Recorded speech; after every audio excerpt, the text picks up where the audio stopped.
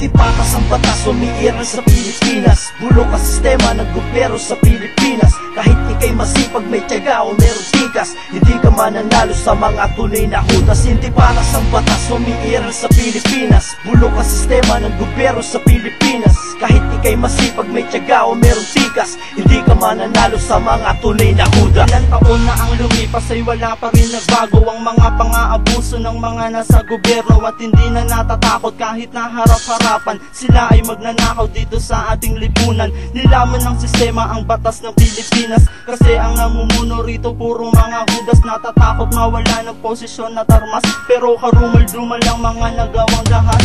Nasaan na nga ba ang hustisya natin ngayon? Kung ang mga nakaupo'y ginagamit ang posisyon nilang, pa ba ang buhay na kailangan pang masayang? Kung iisipin mo, di ba't nakakapanghinayang?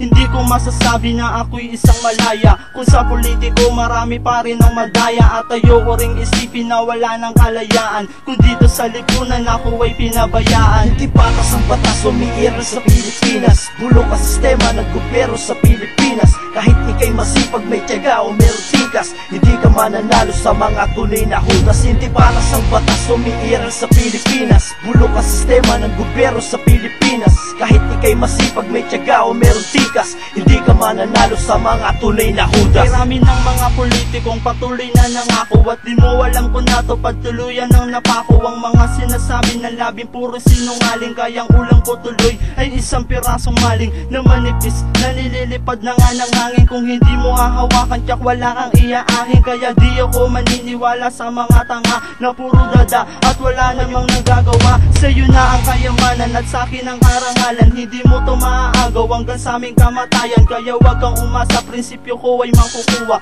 Hindi ako tanga na binabayaran ng pera. Sino bang may kasalanan, ang pamilya o gobyerno? Kung ang buhay ko ngayon iyahambing na sa impyerno, at ayoko ring isipin na wala ng pagbabago kahit ang mga pangarap ko'y tuluyan ng naglaho. Hindi patas ang batas, umiiral sa Pilipinas. Bulok ang sistema ng gobyerno sa Pilipinas. Kahit ika'y masipag, may tiyaga o meron tikas, hindi ka mananalo sa mga tunay na hudas. Hindi patas ang batas, umiiral sa Pilipinas. Bulok ang sistema ng gobyerno sa Pilipinas. Kahit ika'y masipag, may tiyaga o meron tikas, hindi ka mananalo sa mga tunay na hudas. Pagtutong ng entablado, sasabihin ng sekreto ang lahat na nakapwesto dito sa ating gobyerno, na hindi mo na malaya na sila ay umayaman sa pagsimot ng pera at kaba ng ating bayan. Dalawa ang iyong mata pero hindi ka makakita, binulag ang sarili sa kumikinang na pera. Isang bayang alipin kung tawagin ay Pinas, pagkat lahat ng mandurugas dito ay lumalakas. Mas pinili pang mabulag kaysa magbulag-bulagan. Simbolo ng katarungan, may piring at may timbangan, pero wag mo ring isipin na nagbibingi-bingihan.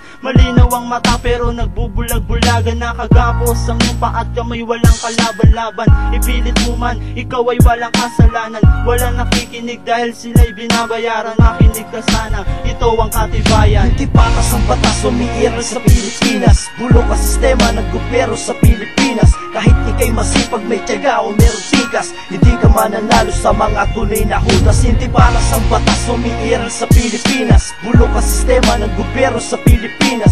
Kahit ika'y masipag, may tiyaga o meron tikas, hindi ka mananalo sa mga tunay na hudas. Hindi patas ang batas, umiiral sa Pilipinas. Bulok ang sistema ng gobyerno sa Pilipinas. Kahit ika'y masipag, may tiyaga o meron tikas, hindi ka mananalo sa mga tunay na hudas. Hindi patas ang batas, umiiral sa Pilipinas. Bulok ang sistema ng gobyerno sa Pilipinas. Kahit ika'y masipag, may tiyaga o meron tikas, hindi ka mananalo sa mga tunay na hudas.